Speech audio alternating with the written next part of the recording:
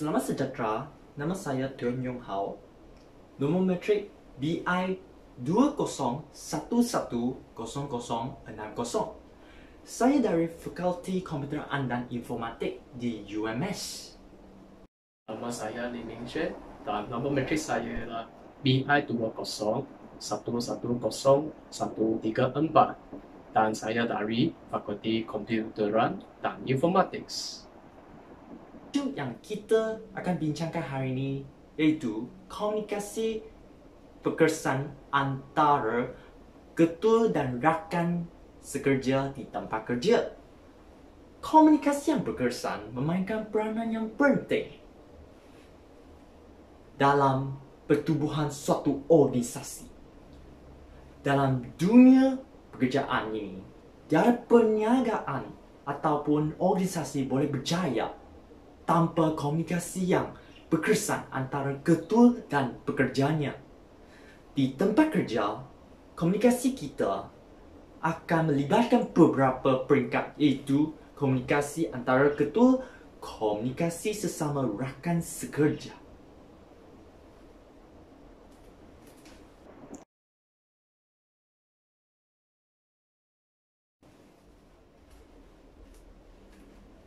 Di tempat kerja, responsif adalah memberi respon kepada yang tepat pada masanya untuk pertanyaan, email atau panggilan telefon. Disebabkan komunikasi kita melalui secara maya, ia lebih mudah untuk menanggungkan menjawab. Namun, gagal memberi respon kepada rakan sekerja dapat memberikan idea yang salah kepada rakan sekerja.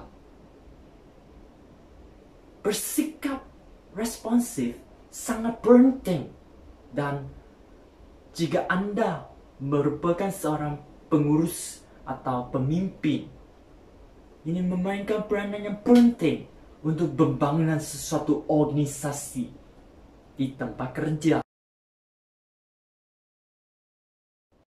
Sebagai ketua dalam sebuah organisasi, keupayaan untuk mengemukakan sebuah komunikasi yang jelas dan teratur sebagai salah satu kemahiran yang penting mesti dimiliki oleh beliau.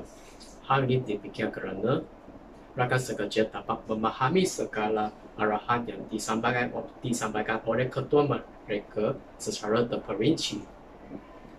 Dengan itu, ketua mereka tidak perlu mempasifkan masa beliau yang berharga untuk mengulangkan penjelasan yang sama kepada setiap rakan sekerja. Oleh itu, ketua mereka haruslah berwaspada dengan penyampaian mesej beliau adalah mudah difahami dan tersusun agar pelaksanaan tugasan rakan sekerja dapat diselesaikan dan dimudahkan pada waktu yang ditetapkan. Ada kelebihan untuk memiliki kemahiran berkomunikasi secara teratur dan jelas ialah dapat menambah baik imej profesional oleh ketua itu semasa di luar dan dalam organisasi. Hal ini demikian kerana keyakinan ketua untuk menggunakan bahasa yang fasil dalam penyampaian mesej kepada rakan sekerja dapat diperhatikan oleh rakan sekerja tersebut. Dengan itu, rakan sekerja akan dapat menimbulkan rasa hormat dan akan memberi kerjasama yang sepenuhnya dan juga aktif kepada beliau. Dengan itu, ketua itu akan dapat lebih mudah untuk membahagikan tugasan kepada rakan sekerja dengan mengikut kebolehan mereka.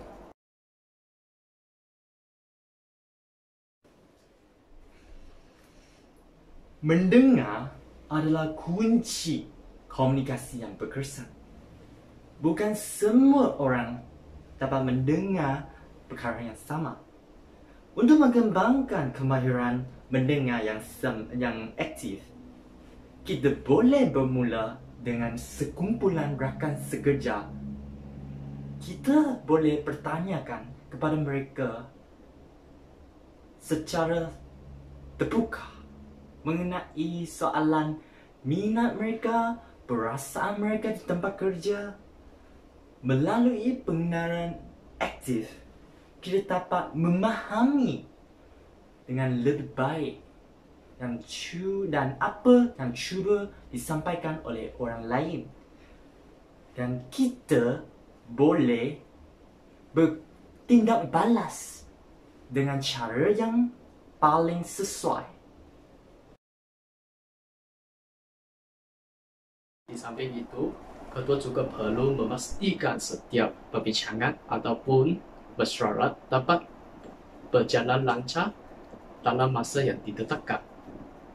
Hal ini demikian kerana setiap rakan sekerja yang berhadirkan mesyuarat itu dapat mengetahui dan tidak tertinggal daripada segala informasi yang baharu yang disampaikan oleh ketua mereka.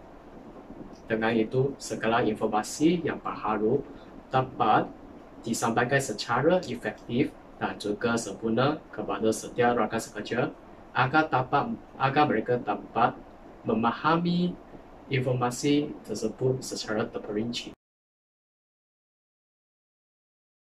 Ya, kami boleh merumuskan bahawa kedua-dua pihak, iaitu ketua dan juga rakan sekerja, perlulah memberi kerjasama yang sepenuhnya agar komunikasi yang efektif dapat diwujudkan antara mereka. Dengan itu, perbincangan kita akan tamat di sini dan sekian terima kasih untuk menonton video kami. Thank you and bye.